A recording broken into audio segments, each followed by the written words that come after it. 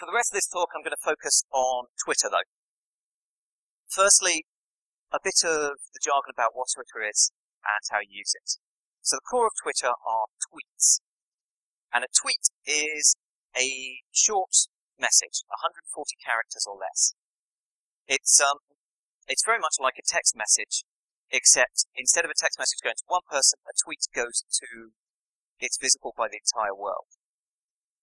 On the other hand, it won't generally be read by the entire world. It'll be read by your followers. So these are people who choose to follow you, and whenever you post one of these tweets, that will be read by those people. It will go out to their Twitter feed. So, for example, I have a couple of hundred followers. I'm quite small on Twitter. My more active friends generally have a couple of thousand, and the celebrities like Stephen Fry has well over 1 million. Retweet is when someone repeats a tweet, and this is quite common, and it's a very good way in which messages get a much wider audience than the original audience. So if I say something that one of my friends likes, they might repeat it, and then all of their followers see it too. For example, there was a lady called Hillary, I think her surname was Wardle, began with a W anyway. Her online handle is Hillary W. She was running a fundraising campaign on Twitter.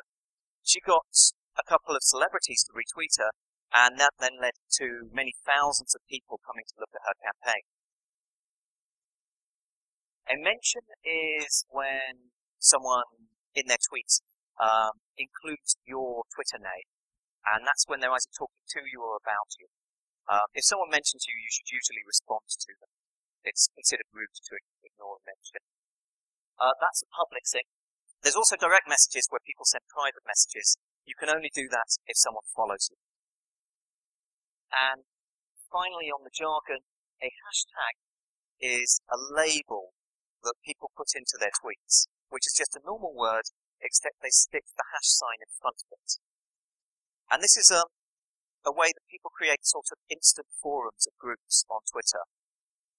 So during the general election, you had a lot of people using things like hash election to create a forum where they were going to talk about politics. And then other people could very easily find those tweets and join in. If you're running an event, it's a good idea, certainly if you're running like a conference, something that runs over a day, it's a good idea to pick a hashtag and tell people about it so that they can all share a conversation around it. And that's something that happens very much now in academic conferences. I expect we'll see it spreading. So I think for today's talk, we will have the hashtag #6degrees. If anyone wants to send a tweet out about this lunch, stick that into your tweet, and then everyone else who's interested can find it.